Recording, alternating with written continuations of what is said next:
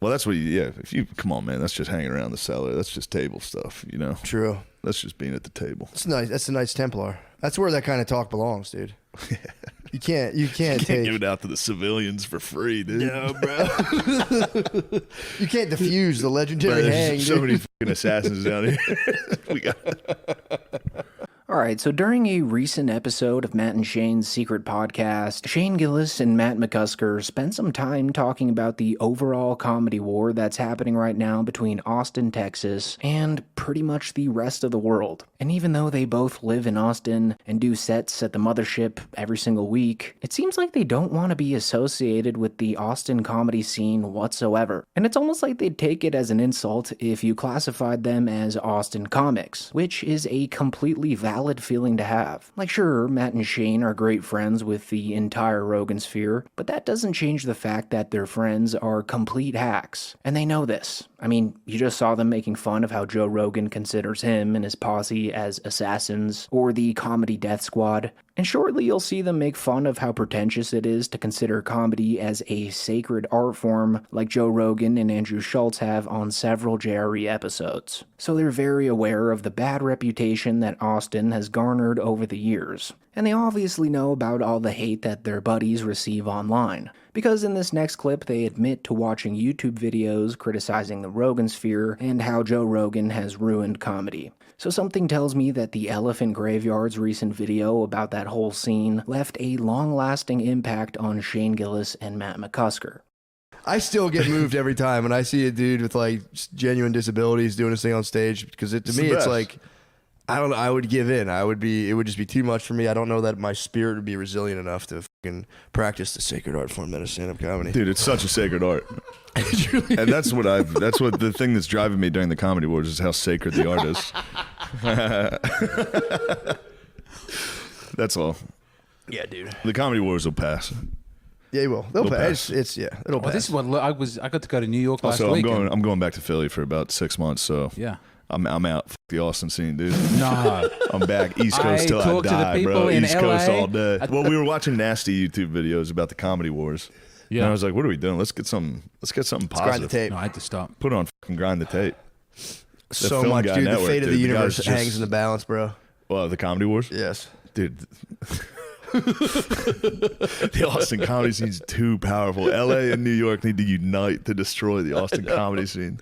How are they going to stop it? It's just so we have all the butt wipes. And so, throughout this podcast, Shane Gillis kept bringing up how he's from Philadelphia, which to me just shows how much he doesn't want to be labeled as a comedian from Austin, even though he currently lives there. Which is just so funny to me. I mean, it'd be like if Joe Rogan considered himself as a Boston comic, just because he started doing comedy there. Like, that is the length that Shane's willing to go to separate himself from this army of healthy hacks. He even considers the podcast he does with Matt McCusker to be a Philly podcast, even though all of the recent episodes have been filmed in one of their huge Austin mansions. I talk to the people in the New York, and everyone talks a big game, and then when they see you, they're very interested in knowing how that's working, and can they get a little piece of that? There's a hopelessness out there. You got LA. You say, what are the podcasts that you can go and hear? They got nothing. They got the LA? Bad Friends universe. No, there's a lot. There's go on there's a ton so of many. shit. LA and New York are doing great. No, New York's doing great on the podcast. LA No, is, LA's got a ton. If you're Bill Burr's friend, Glassman's out there. yes, There's that's a lot. number 3. Yeah. There's a lot. How Now many name are, a fourth. Name a fourth How good many are podcast. fucking here? We got the Matt and Shane Secret Podcast. We got the No, Joe that's Rogan Philly. Experience. That's East Coast all day. We got no. You got to take the Stuff Island being here. Philly all day. That's Philly podcast. What am I, Australian podcasting? Yeah. Philly? All right. I also like LA. I was just out there LA's filming a incredible. special. It's really nice. I like LA's everywhere. great. Comedy Store's fucking great. I know. I like everywhere. Everything's, yeah. I hope it doesn't devolve into a Biggie Tupac situation. I don't want to see. I don't see Joe DeRosa get shot in a '92 Mercedes. Yeah, What a we good got time. Everyone will relax and have a good time.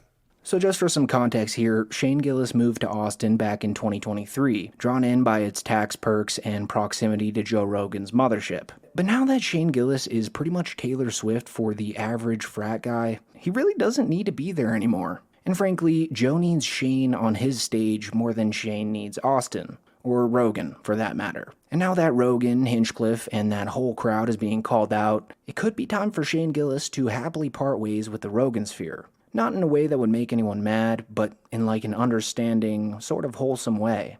like how Theo Von left the podcast he did with Brendan Schaub, The King and the Sting, or how Joe Rogan slowly stopped inviting Brendan Schaub back onto JRE. Like, obviously they both wanted nothing to do with him after he bullied Bobby Lee, but to this day, Brendan still thinks of them as close friends. So I could see that sort of thing going down between Shane Gillis and Papa Toe.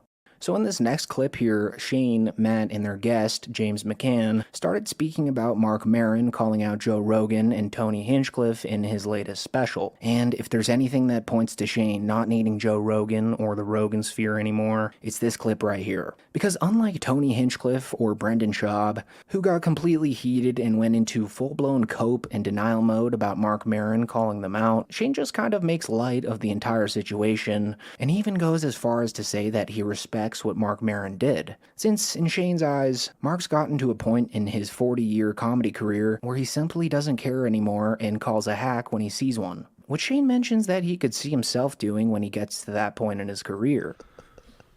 It'll blow over. It's a bunch of bullshit, man. Bunch of motherfucking bullshit. Yeah, it's kind of embarrassing. It is. It's deeply a bunch of bickering. I don't like it. We're better together. That's what I'm saying. That's what I'm saying. Stop Austin hate. That's what I say. Stop Austin hate. Don't make it become Austin beating strong. us up in the street, throwing us in front of fucking trains and shit. Stop Austin hate. Yeah, true. Who do you think's fucking? You think it's a New York comic who's been murdering everyone by Lady Bird Lake? Certain, without a doubt. Shane is fucking immature. Mark Maron is stalking the streets at night. Killing hacks. True. Slaying all the hacks. So he might be on Assassin's Creed. Just sits in the back of an open mic and goes, I do respect how uninspiring. Yeah. I do respect being old and just being like, fucking hacks. Everyone nice. sucks. They're all fucking hacks. That could be the life cycle I'm in. So not only does he not defend Mr. Rogan when the topic arises here, he actually respects what Mark Maron's done this summer, in a kind of twisted sort of way. And I feel that he thinks that this whole beef is just embarrassing. Another interesting point in this podcast was actually brought up by the guest, who told Shane and Matt that channels like Too Lazy to Try and Comedy Enforcement don't really rope Shane into being an Austin comedian, which is completely true. I mean, Shane does have a group of people out there that really don't like him, but that's never really touched on by the channels in this category, which Shane says it's because we all know that he's from Philadelphia, but really, I think it's because he doesn't approach comedy with this sort of snobby, elitist attitude that guys like Tom Segura, Joe Rogan, Tony Hinchcliffe, and Andrew Schultz all have. And he's also not one to really kiss the floor that Joe Rogan walks on. Like some of these other guys are so scared to call out Joe Rogan on any of the crimes against comedy that he's committed over the years. Like, for example, when Joe Rogan put his own photo between Robin Williams and George Carlin's at his Austin Comedy Club. That's gotta be a comedy war crime, and nobody really said anything about it to Rogan. The only reason he took it down was because the Elephant Graveyard made a video about it calling him out. Open micer, I was sitting around going, You've been there forever. everyone's a fucking hack piece of shit. They suck. What have you become? This is what you've done since day one. Who have I called a hack? I've seen you up the back of comedy rooms. Okay, in private. Yeah, no. In private. Only in private. You're very good in public, but... No, don't worry, dude. We're under the spotlight, though. The podcast wars. Butt better not say wipes, anything please. bad. Butt wipes, They please. always- I've Butt seen wipes, some of butt these wipes, videos. forgive You're not us. affiliated with us. Butt wipes, forgive us, They dude. carve Never you give out. him butt wipes. Never give him They butt always wipes. they go in the Austin comedy scene, except Shane Gillis, and then they move on. They That's 'cause carve they you know out I'm at the fucking moment. Philly till I die, dude. Shane, Matt, and their guest then go on to talk about the increasing amounts of disabled people that are becoming regulars on Kill Tony, joking about how some of them don't seem as innocent as they portray themselves to be. And honestly, I just find this whole topic to be extremely interesting, and I would love to know what you guys think about it, because to me, it's always been a net positive that Tony Hinchcliffe platforms good comics no matter what they look or sound like. But I've seen some differing opinions about it online, and I am aware that the Legion of Skanks guys pranked Tony Hinchcliffe by bringing on their latest golden ticket winner, which was hilariously a guy dressed up as a burn victim who couldn't even say anything on stage, which Tony seemed to be kind of pressed about. I think this guy could be the next. I would love to see it. Maybe we'll send him down to Austin because he's fucking great. He's the best. Ladies and gentlemen, without further ado, give it up for Jimmy Trejo. Jimmy Trejo, come on. So talented. This guy.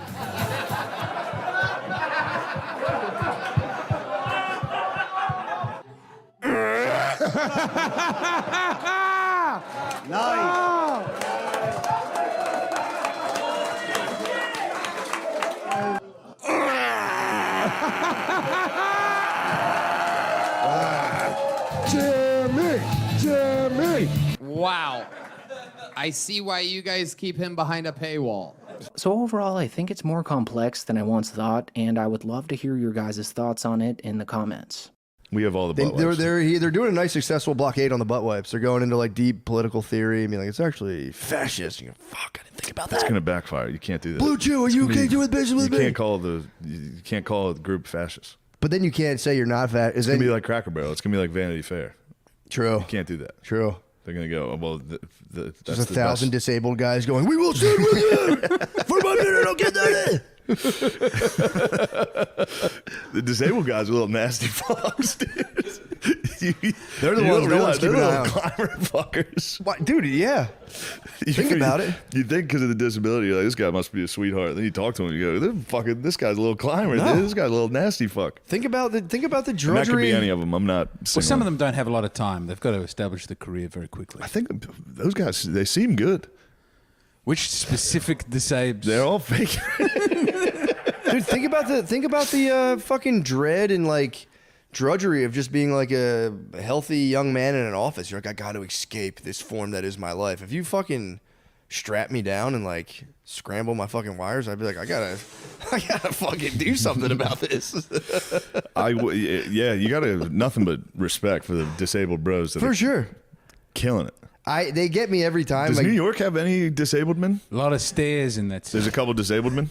A lot of fake ass motherfuckers. Yeah, the You salary. gotta get carried down into the cellar. True. Yeah, is that place even fucking? They're all stairs. Is that New York place Comedy ADA Club? compliant, by the way? The stand. Let me I find guess out if the you go seller's in not the- ADA compliant. If you go in the front, yeah, they'll get some of those guys. I was about to make a YouTube video, thank God. I was about to fucking trash them. Dude, the New York comedy scene, we're coming for you. We need ramps. We need ramps, dude. That's one thing Austin's got a fuck ton of. Every comedian takes 30 minutes to get to the stage. They got to sit on one of those fucking... You should see our pool we gotta get a parties. zip Everyone's line. getting dipped in by those poolside chairs. We should get a zip line from the balcony. So at the end of the day, Shane Gillis doesn't really want to be grouped in with the Rogan Sphere guys anymore. Not because he really hates them, but because he doesn't really need to be in it. Like he's carved out a lane that's just way bigger than Joe Rogan's comedy death squad could ever be. So Rogan's inner circle might be scrambling to defend themselves against critics like Mark Maron, but Shane has already moved past that. And with that being said, that is it for the video. Thank you so much for watching.